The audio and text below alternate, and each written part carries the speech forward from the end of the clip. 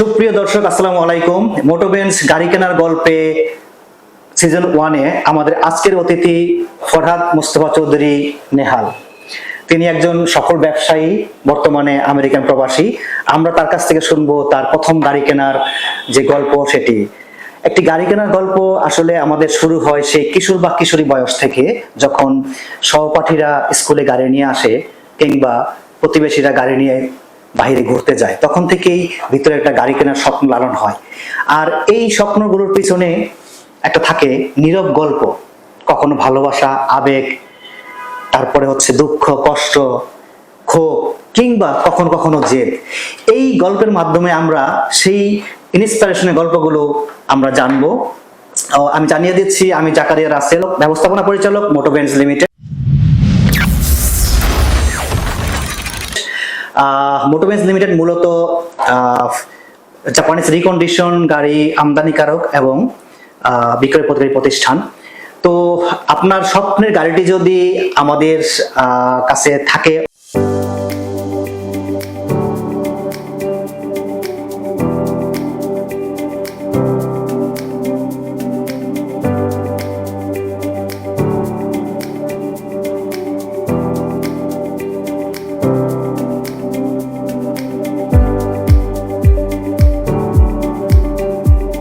অবশ্যই আমাদের আমন্ত্রণ রইল আমাদের শোরুম ভিজিট করার জন্য। ডেসক্রিপশন বক্সে আমাদের অ্যাড্রেস দেওয়া আছে। তাছাড়াও আপনি ভিজিট করতে পারবেন www.motobenz.com, অথবা এই হোয়াটসঅ্যাপ নাম্বারে কল করে আমাদের কাছে বিস্তারিত জানতে পারবেন, আমাদের স্টক লিস্ট কি কি গাড়ি আমাদের কাছে আছে। তো আমরা দেরি না করে আমরা যাচ্ছি আমাদের আজকের অতিথির কাছে, তার কাছ থেকে শুনবো তার সেই প্রথম গাড়ি কেনার গল্পটি। তো মিস্টার নেহাল সাহেব, তো আপনি আছেন কেমন? এখানে তো একটা ছোট্ট ডেসক্রিপশনটা আমার মনে হয় যে ভুল হয়েছে। সেটা হচ্ছে আমেরিকান প্রবাসী না। আচ্ছা, আমেরিকাতে মেইনলি আমি ঘুরতে যাই। আচ্ছা, ওখানে যেহেতু আমার ফ্যামিলি আছে, সো মাঝে মধ্যে যাওয়া আসা লাগে, সেই কারণেই আমার আমেরিকা যাওয়া। বাট আমি বাংলাদেশের সন্তান, বাংলাদেশে ব্যবসা বাণিজ্য করি। আলাইকুম আসসালাম। আমি আমার তো ডেসক্রিপশন দিচ্ছে। অ্যাকচুয়ালি আমরা দুইজন বন্ধু, অনেকদিন পরে দেখা। মাঝখানে আমিও নিজের ব্যবসা বাণিজ্য কিংবা মানে কি দেশে বাইরে থাকার কারণে ওর সঙ্গে দেখা সাক্ষাৎ হয় না। জানিয়ে দিচ্ছি, ও কিন্তু আসলে একটা গাড়ি কিনতে আসছিল, সিএচআর যেটা জিআর স্পোর্টস মডেল 2020, সেটা আসলে দেখার জন্য আসছিল এবং মোটামুটি ফাইনাল করে ফেলছে। আসলে সেই উদ্দেশ্যে আসা, এই ফাঁকে আমি তার এই গাড়ি ধরে নিয়ে আসা আমাকে বসা দিচ্ছে। যাই হোক, বন্ধু হিসেবে এইটুকু আমি জোর করে দিতেই পারি। তো এই কারণে আসলে তার কাছ থেকে এখন আমরা গল্পটা শুনে নিব। আচ্ছা, আমাদের প্রথম কোশ্চেন হচ্ছে, প্রথম গাড়িটি কোন সালে এবং কি মডেলের গাড়ি কিনেছিলেন? এটা তো আসলে অনেক আগের কথা, আমরা তো এখন আমাদেরও অনেক বয়স হয়ে গেছে আসলে। দেখতে দেখতে আমার প্রথম গাড়িটা ছিল, আমি প্রফেশনাল লাইফে অনেকদিন আগে আসছি, মানে কি জেনারেলি একটা মানুষ যেই বয়সটাতে আসে আমাদের দেশে 27-28 কিংবা 30 বছর বয়সে, আমার প্রফেশনাল লাইফটা আরো আগে শুরু হয়। আচ্ছা, সেটা হচ্ছে আমরা যখন গ্রাজুয়েশন করি 1998, গ্রাজুয়েশনের পরই আমার এক বড় ভাই ফ্যামিলিতে বিজনেস করে, ওনার মাধ্যমে আসলে বিজনেসে আসা। আমি কখনো চাকরি করিনি আর কি। আচ্ছা আচ্ছা, মানে কি স্টার্টই হয়েছে বিজনেসের মাধ্যমে। দেন ওই সময়টাতে আমার একটু ফ্যামিলি ব্যাকগ্রাউন্ডটা একটু বলতে হবে আসলে গাড়ির ব্যাপারে আসতে গেলে। আচ্ছা, সেটা হচ্ছে আমার বাবা একজন ব্যাংকার ছিলেন এবং আমরা 6 ভাই বোন। তো ঢাকা শহরে আসলে সেই সময়ে মানে কি 70-80s এর দশকে, একটু দর্শকদের দিকে তাকিয়ে কথা বলুন। 70-80 এর যে সময়তে ঢাকা শহরে কিন্তু একজন ব্যাংকারের সার্ভাইভ করা মানে কি কঠিন ছিল। এখন যদিও মানে কি প্রত্যেকটা সেক্টরেই একটা আলগা ইনকামের ব্যবস্থা থাকে, ওই সময়টা কিন্তু এগুলো ছিল না। সো আমরা আসলে আমার বাবাকে অনেক স্ট্রাগল করতে দেখছি। তো যেহেতু ঢাকা শহরে বন্ধু বান্ধব ছিল, স্কুল কলেজে আমরা একসঙ্গে গেছি, ইউনিভার্সিটিতে গেছি, অনেক লেভেলের বন্ধু বান্ধবী দেখতাম। আমাদের চেয়ে অনেক সাধারণও দেখছি, আবার দেখা গেছে যে আপনার আমাদের জন্য অনেক ভালো ফ্যামিলির, যারা তখনই গাড়ি মেনটেন করতে আমাদের ছোটবেলায়, এটা আরো 40 বছর আগে কিংবা 35 বছর আগে। সো দেখে তো অবশ্যই ভালো লাগতো যারা গাড়ি নিয়ে আসতো। সো তারপরও যারা আসতো তাদেরকে আমরা অনেক মানে কি হাই লেভেল কিংবা বড় মাপেরই বন্ধু বান্ধব চিন্তা করতাম, তাদের সঙ্গে ভয়ও পাইতাম অনেক সময় যে তাদের সঙ্গে আমরা কথা বলতে পারি কিনা। হ্যাঁ, ওইভাবে ওরা স্ট্যাটাসটা মেনটেন করতো। যাই হোক, গাড়িতে আমার মনে আছে অনেক ছোটবেলায় আমার কাছের বন্ধু তো তারা হতো না, একবার শখ করে আমার এক ফ্রেন্ডের গাড়িতে উঠে দেখি যে ভিতরে অনেক ঠান্ডা, বুঝছেন। আচ্ছা, তো এটা তো আমার ধারণাই ছিল না, খুব আরাম লাগতেছিল। তখন মনে হইলো যে আসলে গাড়িটা এরকম একটা জিনিস তো আমার দরকার, হ্যাঁ, হলে ভালো হয়। আমরা তো মধ্যবিত্ত ফ্যামিলির, তো কখনো বাবা এমনিতেই নিজেও স্টাফ বাসে করে গাড়িতে অফিসে আসা যাওয়া করতো। এরপরে তো মনে ছোট বাসনা ঢুকে গেল ওই কম বয়সে যে এরকম একটা জিনিস দরকার।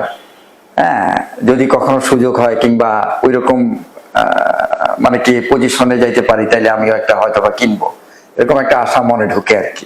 আচ্ছা, দেন তো স্কুল কলেজ আমি শেষ করলাম, প্রফেশনাল লাইফেও আসলাম। একটা সময়ে যখন আমার ইনকাম করা শুরু হয়, আসলে তখন তো গাড়ির দাম অত ছিল না। আমার মনে পড়ে প্রথম গাড়িটা আমি পার্টনারশিপে কিনি, আমার ছোট বোন। আচ্ছা, তখন আমি বিয়ে করিনি, তো আমার ওরকম দরকার ছিল না গাড়িটা। আচ্ছা, তা ছোট বোনের হাজবেন্ড, ওদেরও ছোট সংসার, বললো যে ভাই আপনি, উনিও ব্যবসা করে আমিও ব্যবসা করি, আমি অবশ্য অফিসে ঢুকলে আমি আর বের হইতাম না। তা উনি বললো যে আপনার তো ফুল একার গাড়ির দরকার নাই, আপনাকে ড্রপ করে দিব আর নিয়ে আসবো। হ্যাঁ, আমার যেহেতু ওর আবার একটা বাচ্চা ছিল, স্কুলে না করা লাগে, আমি বললাম যে ঠিক আছে, তাইলে ওইটাও করা যায়। তো ওইভাবে আমরা গাড়ি কিনি। আমার অফিস তখন বনানীতে, আর বাসা ছিল তখন বাসাবোতে, আমার বাবার বাড়ি, ওইখান থেকে যাওয়া আসা করতাম। ছোট বোনও ওই পাশে কোথাও থাকতো, আমার ঠিক এখন মনে নাই, অনেক আগের কথা, এটা 1999 2000, অলমোস্ট 25 ইয়ার্স ব্যাক। 25 ইয়ার্স। আচ্ছা, সো এইভাবে শুরু হয় আর কি গাড়ি। তখন আসলে শেয়ারে কিনলেও একটা মনের যেই ওই ছোটবেলার যেই আকাঙ্ক্ষাটা, হ্যাঁ, ওই ফিলটা আমি পাইছি যে না, এরকম একটা জিনিসে ঢুকছিলাম, এখন ওইটা আমারই।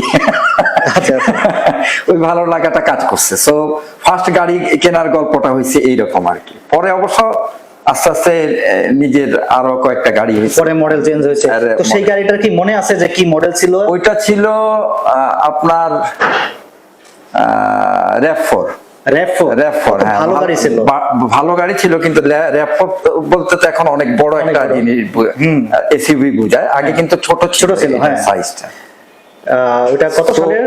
এটা মেবি আমি তো নিছি তখন 2000 এর দিকে হবে,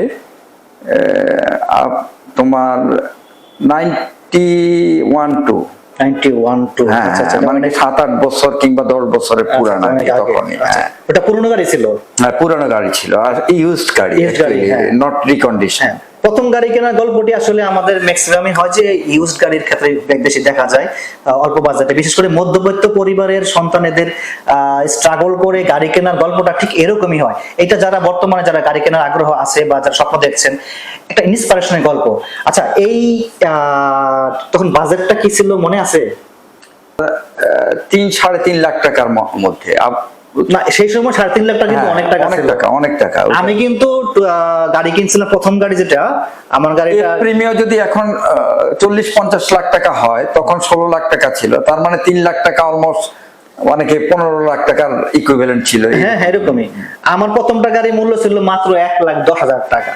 সেই 89 মডেলের স্প্রিন্টার, টয়োটা স্প্রিন্টার কিনেছিলাম। আচ্ছা, আমার গল্প আমি পরে এক সময় বলবো। তো এখন আমাদের আসলে এই মধ্যবিত্ত পরিবারের সন্তান আমরা যারা, তাদের যে এই যে গাড়ি কেনার গল্পগুলো, প্রত্যেকটা গল্পই খুব মজার হবে, ইন্সপিরেশন হবে। তো যারা এই গাড়ি বর্তমানে আসলে কেনার চিন্তা ভাবনা করছেন, যাদের ভিতর সুপ্ত বাসনাটা আছে, এই গল্পের ইন্সপিরেশন আপনার কাজে লাগাবেন। আচ্ছা, আপনার একটু এই দর্শকদের মানে জন্য ফিলিংসটা, গাড়িটা হাতে পাবার পরে, তখন কি ড্রাইভিং জানতেন বা পরে ড্রাইভিং শিখছেন, এই যে ফিলিংসটা, বাপ মাকে গাড়িতে চড়ানো, নতুন যেটা আমাদের সন্তানরা করি, যে মধ্যবিত্ত পরিবার সন্তানরা গাড়ি কেনার পরে প্রথম যে কাজটা সেটা হচ্ছে বাপ মাকে গাড়িতে চড়ানো। এই ফিলিংসটা আমরা খুব মানে ফিল করি যে এই ধরনের কি ফিলিংস আপনার ছিল সে সময়? প্রথম গাড়িটা আমার হইতো, তাহলে ওইটার যে ফিলিংসটা ওনারা পাইতো সেটা মনে হয় পাইছে কিনা জানি না, কিন্তু আমার কাছে খুব ভালো লাগছে যে আমার গাড়িতে আমার বাবা মা চড়ছে। অবশ্যই তো তখন তো আসলে আমাদের মনও ছোট ছিল, হ্যাঁ, একটা আবেগ কাজ করতো। হ্যাঁ, এখন আসলে 25 বছর পরে আমি অনেক আবেগই ভুলে গেছি, এত ব্যস্ততার কারণে। আমরা যাই হোক, যতটুকু মনে পড়ে আমার বাবা তো যখন আমি রিকন্ডিশন গাড়ি কিনি 2006 সালে, তখন আমার আব্বা অলরেডি পাস্টে হয়ে। আচ্ছা আচ্ছা। কিন্তু প্রথম গাড়ির সময় আমার বাবা ছিলেন, আমি তখন ড্রাইভ পারতাম, যেহেতু মানে কি ফ্যামিলিতে আরো গাড়ি ছিল, আমি আমার যে বিজনেস পার্টনার ছিল ওনারও গাড়ি ছিল, আমি কোনো না কোনো ভাবে ড্রাইভটা আগেই আমার জানা ছিল আর কি। আচ্ছা। সো প্রথম থেকে আমি সেলফ ড্রাইভ কিংবা বাবা মাকে নিয়ে, এখন যেমন অনেকে নতুন গাড়ি কিনতে গেলে নিজে ড্রাইভিং জানে না, আমার ক্ষেত্রে ওইটা হয়নি।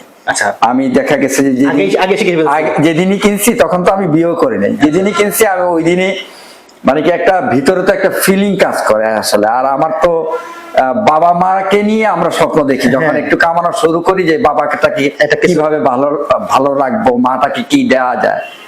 তো ওইসবের ফিলিংটা আসলে একটু অন্যরকমই ছিল। ওইটা তো মানে কি ডিপলি বলতে গেলে আমাদের চোখে পানি চলে আসবে অ্যাকচুয়ালি। সো অত ডিপে না যাই, কিন্তু অনেক ভালো লাগার ছিল ব্যাপারটা। দর্শক আপনারা জানলেন যে আসলে এই ফিলিংস গুলো আসলে ব্যাখ্যা করা যায় না। তো আমরা এই যে তার কাছ থেকে যে গল্পটা শুনলাম, যে এটা কিন্তু রিয়েল গল্প, এটা কিন্তু মানে কল্পনা বা এটা কিন্তু বানানো গল্প না, রিয়েল গল্প। আমরা এই রিয়েল গল্পগুলো নিয়েই আমাদের এই সিজন 1 এর এপিসোডগুলো চলবে। আপনারা যারা আমাদের সাথে আপনার প্রথম গাড়ি কেনার গল্পটি শেয়ার করতে চান, আমাদের এই যে হোয়াটসঅ্যাপ নাম্বারটা আছে এখানে কল করবেন বা মেসেজ দিবেন, আমরা আপনার সাথে কন্ট্যাক্ট করব, করে আপনাকে স্টুডিওতে আমাদেরকে আমন্ত্রণ জানাবো। আপনার অভিজ্ঞতাটা, আপনার গাড়ি কেনার গল্পটি আমরা শেয়ার করে আমরা সারা দেশে ছড়িয়ে দেব, যাতে আপনার গল্পের মাধ্যমে আরেকজন ইন্সপায়ার্ড হয় একটি গাড়ি কেনার জন্য। আর আমাদের এই চ্যানেলটি সাবস্ক্রাইব করতে ভুলবেন না, পরবর্তী যে এপিসোডটা আসবে, যে গল্পটি আসবে শোনার জন্য। তো আমি এখন এই সর্বশেষ মিস্টার নেহালের কাছে আমি যাব, যে আসলে তার গল্প আরো আছে, তার স্ট্রাগল লাইফ আরো আছে, সেটা আমরা পরে আরেকটা এপিসোডে আমরা হয়তো সুযোগ করে আমরা জানাবো, একটা এপিসোডে অনেক বড় হয়ে যায়। তো সেখানে যে এখন আপনাদের এই যে গাড়ি কেনার গল্প, এই যে অভিজ্ঞতা, এই আমাদের যারা এখন নতুন করে গাড়ি কেনার স্বপ্ন দেখছেন তাদের উদ্দেশ্যে আপনি কিছু বললেই আমরা আজকের এপিসোডটা শেষ করে ফেলবো। অ্যাকচুয়ালি এখনকার সময় তো গাড়িটা অনেক নিডস একটা জিনিস। একটা সময় ছিল যে ঢাকা শহর ফাঁকা, আপনার পাবলিক বাহনও অ্যাভেলেবেল ছিল, একটা নির্দিষ্ট জায়গায় পার্কিং করতো পাবলিক ট্রান্সপোর্ট গুলা, ওখান থেকে হেঁটে গিয়ে মানুষ ট্রান্সপোর্টে উঠতো, সময় কম লাগতো। এখন যেটা হয়েছে যে মানে কি আপনি কত সময় লাগবে আমার ডেস্টিনেশনে যেতে কেউ বলতে পারে না। সো ওই ট্রাভেল টাইমটা যেন একটু আরামদায়ক হয়, এখন ওই উদ্দেশ্য অনেকে গাড়ি কিনে দেখা যাচ্ছে। হ্যাঁ, কষ্ট হলে দেখা যাচ্ছে যে কোনোভাবে অ্যারেঞ্জমেন্ট করে, দেখা যায় যে দুই হাজব্যান্ড ওয়াইফ দুইজন চাকরি করে, কষ্ট হইলেও কিছু টাকা পয়সা গোছায় করে। সো গাড়ি কেনার ক্ষেত্রে অবশ্যই একজন ভালো অ্যাডভাইজারের দরকার আছে। ফার্স্ট টাইম যারা গাড়ি কিনবে তাদের প্রতি আমার রিকোয়েস্ট থাকবে আর কি, যারা গাড়ি সম্পর্কে জানে ফ্যামিলিতে, কিংবা সেটা যারা অলরেডি গাড়ি বিজনেসে আছে তাদের অ্যাডভাইসও নিতে পারে, তাদের বাজেট অনুযায়ী ওনারা সাজেস্ট করতে পারবে অ্যাডভাইজাররা। সো এখানে অ্যাডভাইজারের বিশাল একটা ভূমিকা আছে আমি মনে করি। আমিও প্রথম জীবনে যখন আমি গাড়ি কিনছি আসলে তখন তো আমার নলেজ ছিল না। হ্যাঁ, সো